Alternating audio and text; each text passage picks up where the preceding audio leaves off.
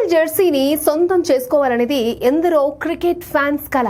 అయితే ముంబైలోని బీసీసీఐ కార్యాలయంలో పనిచేస్తున్న ఒక సెక్యూరిటీ గార్డ్ ఈ కోరికను కాస్త అతిగా తీర్చుకున్నాడు. ఏకంగా ఒక కార్టన్ నిండా ఉన్న ఐపీఎల్ 2025 జెర్సీలను దొంగిలించి వార్తల్లోకి ఎక్కాడు. ఈ ఘటనపై పోలీసులు వేగంగా స్పందించి 40 ఏళ్ల ఫారూక్ ఇస్లాం ఖాన్ అనే సెక్యూరిటీ గార్డ్ ని అరెస్ట్ చేశారు.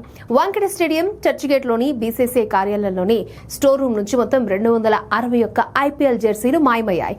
వీటి విలువ సుమారు 6.52 లక్షలుగా అంచనా వేస్తున్నారు. ఒక్కో జెర్సీకి దాదాపు 2,500 రూపాయల ధర ఉంటుందని తెలుస్తోంది.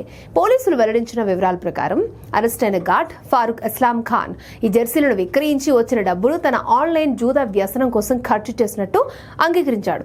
ఈ చోరీకి గురైన జెర్సీలు వివిధ ఐపీఎల్ జట్లకు సంబంధించినవే. అవి ఆటగాళ్ల కోసం ఉద్దేశించినవా లేదా ఫ్యాన్స్ కోసం రూపొందించినవా అనేది ఇంకా ప్రస్తుతానికి స్పష్టంగా తెలీదు.